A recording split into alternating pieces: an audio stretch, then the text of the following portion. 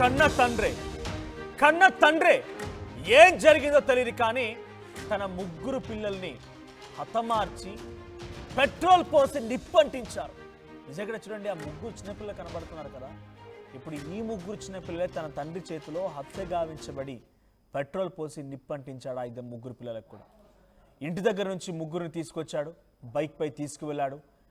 ఏం జరిగిందో తెలియదు, ఎటువంటి గొడవలు ఉన్నాయో తెలియదు, అక్కడ ఎందుకు కాల్చాల్సి వచ్చిందో తెలియదు. కానీ వేరువేరు ప్రాంతాల్లో ముగ్గురిని హతమార్చి ఆ ముగ్గురు పిల్లల పైన పెట్రోల్ పోసి నిప్పంటించాడు ఆ కన్న తండ్రి. ఆ తర్వాత తాను కూడా బలవన్మరణానికి పాల్పడి మరణించాడు. ఈ సంఘటన నాగర్ కర్నూలు జిల్లాలో చోటు చేసుకుంది. పిల్లల హత్య కేసులో ఇప్పుడు ఒక బిగ్ అప్డేట్ అందింది. పోలీసుల విచారణలో షాకింగ్ విషయాలు బయటపడ్డాయి.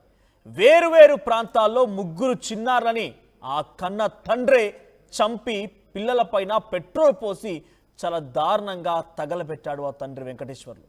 కల్వకుర్తి మండలం తాండ్రా వద్ద మొదటిగా పెద్ద కుమార్తె మోక్షిత మృతదేహం లభిస్తే శ్రీశైలం నుంచి హైదరాబాద్ వెళ్ళేటువంటి రహదారి పక్కన చిన్న కూతురు వర్షిని అండ్ కొడుకు శివధర్మ మృతదేహాలు బయటపడ్డాయి. పెట్రోల్ పోసి కాల్చివేయడంతో ఆ మృతదేహాలను కనీసం గుర్తుపట్టలేని పరిస్థితిలో ఉండిపోయాయి. ఇందుకే పిల్లలు చేసిన తప్పేంటి? ఏదైనా గొడవలుంటే, భార్యాభర్తల మధ్య విభేదాలుంటే, ఇంకేదైనా గొడవలున్నా కూర్చొని మాట్లాడుకోండి, సరిదిద్దుకోండి, లేదనంటే వదిలేయండి. కానీ పిల్లలు ఏం చేస్తారు అనవసరంగా? పిల్లల పైన ఎందుకు ఈ ప్రతాపాన్ని చూపించాల్సి వచ్చింది ఇంత పాశవికంగా? చూడండి, ఆ చిన్న చిన్న పిల్లల్ని ఆ పెద్ద పాప చూస్తూ ఉంటే ఒక 5-6 ఏళ్ళు ఉంటుంటాయి. సో ఆ పెద్ద పాపని చిన్నప్పటి నుంచి ఎత్తుకొని ఆటలాడించి పాటలు పాడించి తన గుండెలపై తన్నించుకొని అల్లారు ముద్దుగా పెంచుకొని అడిగిందల్లా కొనించి ఆ చిన్న బాబు చూడండి ఎంత ముద్దుగా ఉన్నాడు. ఆ బాబుకి ఆ పాపకి ఎంత చక్కగా చూసుకొని ఉంటాడు ఆ తండ్రి. అసలు ఏ పిల్లలను చంపి వాళ్ళపైన పాశవికంగా చాలా దారుణాతి దారుణంగా పెట్రోల్ పోసి మరి తగలబెట్టేటువంటి ఆ దుర్మార్గానికి పాల్పడ్డాడు అని అంటే ఏం జరిగి అసలు పిల్లలపై ఇంత పాశవికంగానా, ఇంత దుర్మార్గంగానా? మీ కన్నబిడ్డలే కదా, నువ్వు కన్నటువంటి పిల్లలే కదా, ఇంత దుర్మార్గమైన ఆలోచన ఎందుకు వచ్చి? కనీసం ఆ చేతులలో వచ్చాయి, ఆ చేతులలో వచ్చే వారిని చంపాలని ఒక ఆలోచన ఎలా కలిగింది? ఆ చేతులలో వచ్చే వాళ్ళని చంపడానికి వాళ్ళు కొడుతున్నప్పుడైనా, వారిని చంపేసే సమయంలోనైనా, అలా ఎలా చంపేశాడు ఏంటని తెలియదు, బట్ వారిని చంపేసే సమయంలోనైనా నాన్న నాన్న అనో డాడీ డాడీ అనో అరుస్తూ ఉంటే కనీసం ఆ చిన్నారుల పిలుపుకో వాళ్ళ మాటకో ఆ గుండె చెల్లించలేదా? ఆ గుండె నీకు కనీసం కన్న పేరు కదా అని ఎప్పుడు ఆలోచన కలగలేదా? ఇంత దుర్మార్గంగానా? సో కుటుంబ కలహాలతోనే పిల్లల్ని చంపి ఉంటాడు వెంకటేశ్వర్ అనేది ఒక అనుమానంగా ఉంటే తాను కూడా బలవన్మరణానికి పాల్పడ్డాడు. కాబట్టి పిల్లల మరణానికి తన మరణానికి కారణం కుటుంబ కలహాలు అనేది ఒకవైపుగా వినిపిస్తూ ఉంటే, మరోవైపుగా తన భార్య మాత ఎటువంటి సంబంధం ఎటువంటి గొడవలు లేవంటోంది. అయితే ఈ సంఘటన జరిగింది అచ్చంపేటలో. ఆ సీసీటీవీ ఫుటేజ్లో రికార్డ్ అయింది. ముగ్గురు పిల్లలు వెళ్తున్నటువంటి సీసీటీవీ ఫుటేజ్ అక్కడ రికార్డ్ అయింది. డిండి గ్రామ సమీపంలో పాప మాత్రమే బైక్ పైనట్టుగా గుర్తించారట. సో కుటుంబంలో ఎలాంటి గొడవలు లేవని భార్య దీపిక చెప్తోంది. పిల్లల్ని వెంకటేశ్వర్లు ఎందుకు చంపాడని తెలియడం లేదంటూ దీపిక అంటోంది. ఒకసారి ఆ సదరు భార్య, తనని కట్టుకున్న భార్య, పిల్లల తల్లి కన్న పేగుని తన భర్త ఇంత దుర్మార్గంగా హతమార్చాడు అనేటువంటి విషయం తెలిసిన తర్వాత తను ఎంతలా రోధిస్తూ ఉంటుంది. ఒకసారి ఏం జరిగిందని తన మాటల్లో విందాం, తను ఏం చెప్పారో చూద్దాం. మేము అందరం ఉన్నాం, ఉండి ముడుపు కట్టుకుంటారు. నా తల్లిగారి ఇంట్లో ముడుపు కట్టుకున్నాం. బాగా ముడుపు కట్టుకొని బాగున్నాం. బాగుండి నేను రెడీ అయ్యి నేను దండం పెట్టుకొని దేవుడికి కిందికి వచ్చేరకు నా మొగుడు దీపి బండి మీద పో నువ్వు, నా నా నా అన్న, నా పెద్దమ్మ కొడుకు చెల్లెలు బిడ్డ నా సొంత తమ్ముడు నేను ముగ్గురం పోయి నన్ను ఆఫీస్ కాడ దింపితే అమ్మి లేట్ అయిద్దా నీకు అన్నాడు. నేను ఈయన బండి మీద పోతా అంటే బస్సు ఎక్కిపోయాను. బాగా ఫ్రీగా ఉంది కదా, నా కోసం ఎర్రనపాలెం వద్దులే అని చెప్పిన. లేదు దీపి వాడికి ఏదో పని ఉందంట, డెబిట్ కార్డు ఏదో ఉంది కావాలంట, వాడొత్తారంట అంటే సరే బావ అయితే పోతాం ముగ్గురం అని చెప్పి నా పెద్దమ్మ కొడుకు వాళ్ళ అక్కోల పీటల మీద కూర్చుంటుంటే ఆడికి పోయిండు. నా తమ్ముడు బ్యాంక్కి పోయిండు. నేనేమో ఆఫీసు పోయినాక 2 ఫోన్ చేసి అన్నం తిన్నావా తిన్నయ్యా, నువ్వు తిన్నావా అంటే తినలేదు నేను తింటా కొత్తవా ఇంటికి అన్నాడు.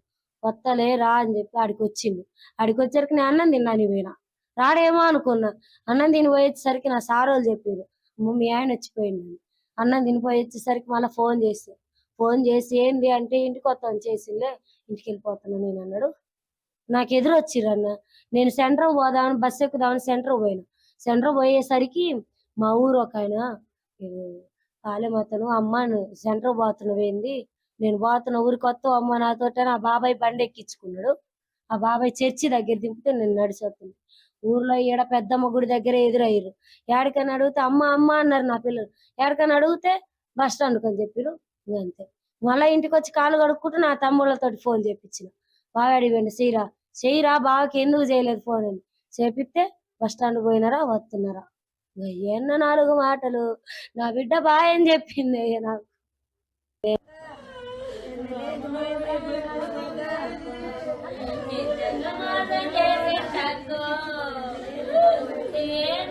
చూడండి, ఆ తల్లి మాటలు వింటుంటే కళ్ళలో నీళ్లు తిరుగుతూ ఉన్నాయి. నిజంగా నాకు కూడా బాధ అనిపిస్తుంది. బికాజ్ ఇక్కడ ఏం జరిగిందంటే తన ఆఫీస్కి వెళ్ళింది, ఏదో ముడుపు కట్టింది అని చెప్తోంది. కానీ అవన్నీ పక్కన పెడితే చివరిగా తన భర్త తన పిల్లల్ని తీసుకొని వెళ్ళడం చూసింది. తను వేరే ఒక తెలిసినటువంటి బంధువు బైక్ పైన ఇంటికి వెళ్తుంటే వాళ్ళు ఎదురు పడ్డారంట. ఎదురు పడిపోయి అమ్మ బాయ్ అని చెప్పి ఆ పిల్లలు చెప్పారంట. ఎటు వెళ్తున్నామని అంటే బస్ స్టాండ్ వరకు పిల్లల్ని తీసుకెళ్ళి వస్తానని చెప్పి ఆ భర్త చెప్పాడంట. తర్వాత ఫోన్ కూడా చేసిందట, వస్తున్నాను బస్ స్టాండ్ దగ్గర ఉన్నానని చెప్పాడంట. కానీ అంతలోనే ఏం జరిగింది? అంతా సవ్యంగానే ఉంది కదా, తను చెప్పే మాటలు అంతా సవ్యంగానే కనబడుతోంది. కానీ ఆ భర్త ఇంత దారుణానికి ఒడిగట్టడం ఏంటి? ఆంధ్రప్రదేశ్ నుంచి తెలంగాణకు వచ్చి అచ్చంపేట దగ్గర సీసీటీవీ ఫుటేజ్లో రికార్డ్ అవ్వడం ఏంటి? అక్కడి నుంచి నాగర్ కర్నూలు జిల్లాలో ఓవరాల్ అచ్చంపేటకి సంబంధించి సమీపంలో డిండి గ్రామం దగ్గర ఈ సంఘటన జరగడం ఏంటి? ఇంకో దగ్గర శ్రీశైలం అండ్ హైదరాబాద్ హైవే పైన ఆ పిల్లలిద్దరిని కూడా పెట్రోల్ పోసి నిప్పంటించడం ఏంటి? ఇది చాలా బిగ్గెస్ట్ మిస్టరీగా ఉంది. కొంత అనుమానం కూడా కలుగుతోంది. కుటుంబం కారణమై ఉంటే ఇంత సవ్యంగా ఇంత ఈజీగా ఉంటుందా? ఇప్పటికే పడిపోయేది కదా అని చెప్పి ఒక రకంగా కూడా అనుమానం కలుగుతోంది. ఒకసారి పోలీస్ అధికారులు కూడా మాట్లాడుకొచ్చారు. ఆ పిల్లల్ని ముగ్గురిని హతమార్చి తాను కూడా బలవన్మరణానికి పాల్పడ్డారనేటువంటి విషయం పైన తను కూడా క్లారిటీ ఇచ్చారు. తను ఏం మాట్లాడారు చూద్దాం. పోలీస్ ఆఫీసర్ ఏం మాట్లాడారు ప్లే చేయండి. పోయిన నెల 30/8/2025 తేదీన పెద్ద బోయళ్లపల్లి వైపాలెం లిమిట్స్లో గుత్తా వెంకటేశ్వర్లు అనే వ్యక్తి తన భార్యతో గొడవపడి ముగ్గురు పిల్లల్ని తీసుకుని ఇంట్లో నుంచి అలిగి వెళ్ళిపోవడం జరిగింది. దీని మీద వాళ్ళ బంధువులు అంతా బంధువుల ఇంటికి వెళ్ళాడేమోనని చెప్పి వాళ్ళంతా కూడా బంధువుల ఇళ్లలో సెర్చ్ చేయడం జరిగింది. సో వాళ్ళకి ఎక్కడ కనపడకపోయినందువలన ఈ నెల 2వ తేదీ వైపాలెం పోలీస్ స్టేషన్కి వచ్చి మిస్సింగ్ కేసు ఇవ్వడం జరిగింది. వెంటనే మిస్సింగ్ కేసు నమోదు చేయడం జరిగింది. దీని మీద అతని ఫోన్ సిడిఆర్ పెట్టగా ఫోన్ స్విచ్ ఆఫ్ వస్తుంది, వెళ్ళిపోయిన పర్సన్స్ది. దీని మీద మన 2 టీమ్స్ని పంపించాము. ఆయన వెళ్ళినట్టు ఎన్ రూట్లో శ్రీశైలం సున్నుపెంట మీదుగా వెళ్ళినట్లు సీసీటీవీ ఫుటేజ్ ద్వారా గుర్తించి మన పోలీస్ టీమ్స్ వెళ్ళి వెతుకుతూ ఉన్నాయి. ఈ లోపల నిన్నటి దినమున తెలంగాణ స్టేట్ నాగర్ కర్నూలు జిల్లాలో వెల్దండి పిఎస్ వద్ద ఇది వెళ్ళిపోయినటువంటి వెంకటేశ్వర్లు డెడ్ బాడీ అక్కడ పడింది. అక్కడ ఇచ్చినటువంటి సమాచారం మేర అక్కడ వెళ్ళి చూడగా ఈ వెంకటేశ్వర్లు ఫ్రెష్ ఎయిడ్ బాడీ తీసుకుని చనిపోవడం జరిగింది. దీని మీద వెల్దండి పిఎస్లో నాగర్ కర్నూలు జిల్లా వెల్దండి పిఎస్లో 174 కేసు నమోదు చేయడం జరిగింది. తర్వాత ఈ దర్యాప్తులో భాగంగా ఈ ముగ్గురు పిల్లల ఆచూకీ అనేది మనకి కనపడలేదు. ఫర్దర్గా మనం వీళ్ళని అక్కడ ఉన్న పోలీసుల సహాయంతో మనం సెర్చ్ చేస్తుంటే ఈరోజు 2 చిన్నపిల్లల్ని ఉప్పునూతల అచ్చంపేట సర్కిల్లో ఉప్పునూతల పిఎస్ లిమిట్స్లో 2 పిల్లలు కాల్చివేయబడినట్లు, మరో పెద్ద పాప మోక్షిత అని అక్కడ మన కల్వకుర్తి పోలీస్ స్టేషన్ తాండ్రా వద్ద కాల్చివేసినట్లు గుర్తించడం జరిగింది. దీని మీద మిస్సింగ్ కేసుని ఆల్టర్ చేసి కేసు దర్యాప్తు చేయడం జరుగుతుంది. రైట్, భార్యతో గొడవ కారణంగానే ఇదంతా జరిగిందని పోలీసులు నిర్ధారించారు. సో భార్యతో గొడవ అయితేనేమి ఇంకేదైతేనేమి పిల్లల్ని ఎంత పాశవికంగా హత్య చేయాలా? వారిని చంపేసి వారిని హతమార్చి ఆ తర్వాత పెట్రోల్ పోసి నిప్పంటించాలా? చాలా దారుణాతి దారుణంగా వ్యవహరించాడు ఆ సదరు తండ్రి. మరిన్ని అప్డేట్స్ మా ప్రతినిధి శ్రీనివాస్ సిద్ధంగా ఉన్నారు. శ్రీనివాస్, సో ఏం జరిగింది? ఈ ఘటన పైన అటు కుటుంబీకులు ఏం చెప్తున్నారు? అప్డేట్స్ ఏంటి? మొత్తానికి జరిగిన సంఘటన మీద మొదటి నుంచి కూడా ఇటు పోలీసులు కానీ అటు కుటుంబ సభ్యుల నుంచి వస్తున్న సమాచారం అయితే పోలీసుల నివేదిక ప్రాథమికంగా తెలిసిన అంశం ఏంటంటే ఆ పిల్లల్ని ముగ్గురిని కూడా చంపేసి, అంటే ఆ తర్వాత ఇక పిల్లల్ని ఎవరు చూసుకోవడానికి సరిగా ఉండరు, అన్న ఒక ఆలోచన దృక్పథంతో ముందుగా ముగ్గురు పిల్లలు కూడా ఆ గొంతు నిలిమి చంపాడా లేకపోతే విషయం ఇచ్చి చంపేసిన తర్వాత పెట్రోల్ పోసి తగలబెట్టినట్టు కూడా తెలుస్తుంది. కాకపోతే దీనికి ప్రధాన కారణం ఆ గుత్తా వెంకటేశ్వర్లు అదేవిధంగా వాళ్ళ భార్య దీపిక మధ్య గత కొన్ని రోజులుగా గొడవలు నేపథ్యంలోని ఈ సంఘటన జరిగిందని చెప్పి కూడా ఒక ప్రాథమిక అంచనాకు వచ్చిన పరిస్థితి అయితే కనిపిస్తుంది. ఎందుకంటే ఇటీవల కాలంలో కూటమి ప్రభుత్వం ఏర్పడుతున్న దీపికాకి అంగన్వాడీ సెంటర్ లో వచ్చిన ఉద్యోగం వచ్చిన నేపథ్యంలో కూడా తరచూ అంటే ఇతను ఫర్టిలైజర్స్ వ్యాపారం చేస్తూ ఉంటాడు గుత్తా వెంకటేశ్వర్లు. ఆర్థికంగానే స్థితిమంతులు, వాళ్ళకి ఎటువంటి ఆర్థిక సమస్యలు లేని నేపథ్యంలో వీరు భార్యాభర్తల మధ్య వచ్చిన చిన్న చిన్న గొడవల నేపథ్యంలో ముగ్గురు చిన్నపిల్లలు అదేవిధంగా కుటుంబ యజమాని ప్రాణం బలి తీసుకున్న పరిస్థితి అయితే వచ్చిందని చెప్పుకోవచ్చు.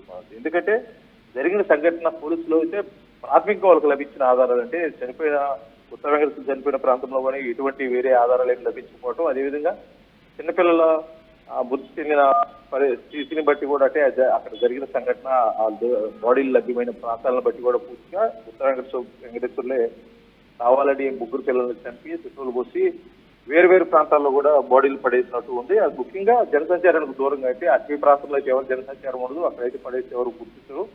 మేము ఇలాగే కాలగర్భంలో కలిసిపోవాలన్న కోణంలో అయితే అతను ఈ హత్యలు చేసి అతను కూడా ఆత్మహత్య చేసుకున్నట్టు కనిపిస్తుంది. దీనికి కుటుంబ సభ్యులు చెప్తుందంటే కుటుంబంలో అయితే పెద్దగా గొడవలు ఏమి లేవు. తరచూ సాధారణంగా భార్యాభర్తల మధ్య వచ్చినట్టు గొడవల నేపథ్యంలోనే వాళ్ళు ఎప్పుడు వచ్చుకుంటారు. అతను ఇంటి నుంచి వెళ్ళిపోయి అంటే 30 తారీఖు ఆగస్టు 31 తారీఖులు వెళ్ళిపోయే టైంలో కూడా వాళ్ళ బావమర్ది బంధువులు అదేవిధంగా భార్య కూడా అక్కడే ఉన్నారు. వాళ్ళు చూస్తూనే ఉన్నారు. మేము ఇక్కడ దాకా వెళ్ళొస్తాం, సెంటర్కి వెళ్ళొస్తాం అన్న సమాచారం అయితే చెప్పేసి అతను అయితే ఇంటి నుంచి వెళ్ళాడు. వెళ్ళేతను పిల్లల్ని తీసుకుని దూరంగా వెళ్ళాలంటే ఏదన్నా పిల్లల్ని ఇక్కడికి వెళ్ళి తీసుకెళ్ళడం కోణంలో వచ్చారు. ఇంత అగాత్యానికి అయితే ఒడిగడతారని చెప్పేసి వాళ్ళ ఆలోచించలేదని చెప్పేసి వారికి చెప్తున్నారు. అయితే పోలీసులు అటు 3 ప్రాంతాల్లో కేసు నమోదైన నేపథ్యంలో ఎర్రగొండపాలెం, శ్రీశైలం అదేవిధంగా నాగర్కర్నూలు ప్రాంతంలో కూడా కేసు నమోదైంది. వాళ్ళు 3 రోజుల్లో సెర్చ్ ఆపరేషన్ నిర్వహించిన తర్వాత బాడీని అయితే అటుకెళ్ళి కనుక్కున్నారు. కనుక్కున్న తర్వాత కూడా వాళ్ళు పోస్ట్ మార్టం నిమిత్తం అక్కడ తెలంగాణలో పోస్ట్ మార్టం జరుగుతుంది. ఆ పోస్ట్ మార్టం బాడీలు ఈరోజు సాయంత్రానికి కానీ రేపు కూడా వచ్చే పరిస్థితి ఉన్న నేపథ్యంలో ఇక్కడ ఎర్రగొండపాలెం పోలీస్ స్టేషన్ లో నమోదైన కేసుల దృష్ట్యా అదేవిధంగా వారి కుటుంబ సభ్యులు ఏదైతే కంప్లైంట్ ఇచ్చారో ఆ కంప్లైంట్ దృష్ట్యా కూడా ఇంకా లోతుగా విచారణ చేసే అవకాశం అయితే ఉంది మాకు. ఎందుకంటే చనిపోయిన ముగ్గురు మైనర్ అంటే చిన్న పిల్లలంతా 8 సంవత్సరాల పిల్లల లోపల చనిపోయారు. జరిగిన సంఘటన కూడా స్థానికంగా ఉన్నటువంటి ఉన్నతాధికారులు కానీ పాలకులు కానీ కూడా దీని మీద కొద్దిగా సీరియస్ గా ఉన్నట్టు చెప్తుంది. ఎందుకంటే ఇటువంటి సంఘటనలు మరొకసారి పునరావృతం కాకుండా ఎందుకంటే చిన్న చిన్న గొడవలకి భార్యాభర్తల మధ్య చిన్న గొడవలకి పిల్లల్ని బలి తీసుకున్నంత పరిస్థితి రాకూడదంటే దీనిపై అయితే కొన్ని చర్యలు అయితే తీసుకోవాల్సిన పరిస్థితి ఉందని అనే కోణంలో కూడా ఆలోచిస్తున్నారు. అదే కోణంలో కూడా ఎర్రగొండపాలెం పోలీసులు అయితే విచారణ కొనసాగిస్తున్నట్టు తెలుస్తున్నారు. Right, thank you Srinivas.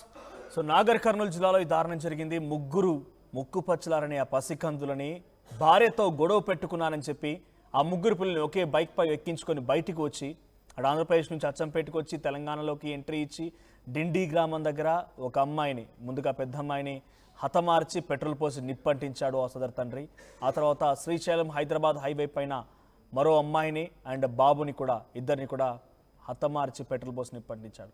కనీసం ఆ చంపే క్రమంలోనైనా ఆ తండ్రి ఆ పిల్లలిద్దరు కూడా నాన్న నాన్న అనో డాడీ డాడీ అని ఏదో రకంగా నొప్పి అవుతుందని చెప్పి అరిచినా కూడా ఆ తండ్రిలో కొంచెమైనా చలనం కలగలేదా? కనీసం గుండె ఎక్కడైనా నా కూతురు నా బాబు అనే ఆలోచన కలగలేదా? ఇంత దుర్మార్గంగా పాశవికంగా వ్యవహరించాడా? తర్వాత ఆయన కూడా బలవన్మరణానికి పాల్పడ్డాడు. సో సమస్య ఏదైనా ఒక విషయం గుర్తుపెట్టుకుని ఈ మధ్యకాలంలో అప్పుల పాలయ్యామని చెప్పి పరువు పోతుందని చెప్పి రకరకాల కారణాల పేర్లు చెప్పి పిల్లల వరకు దారితీసి పిల్లలు కూడా హతమార్చే సంఘటనలు చాలా పెద్ద ఎత్తున చోటు చేసుకుంటున్నాయి. ఇది ముమ్మాటికి చాలా మీరు ఏదో పెద్దగా సాధించాము, అప్పుల అయిపోయాము, బెట్టింగ్ యాప్లో పెట్టుకొని బాధపడిపోయాం, రకరకాల కారణాలతో చనిపోతే మాకేదైనా సానుభూతి వస్తుందనుకుంటే పొరపాటే. మీరు బతికున్నా లేకపోయినా ఒక మచ్చ అయితే ఎప్పటికీ మీపై అది ఉంటూ ఉంటుంది. సో దయచేసి పిల్లల ప్రాణాలు తీయకండి. మరీ ఇంత దారుణంగా వ్యవహరించిన తండ్రి వ్యవహారం పైన మీ అభిప్రాయం ఏంటో కామెంట్ చేయండి.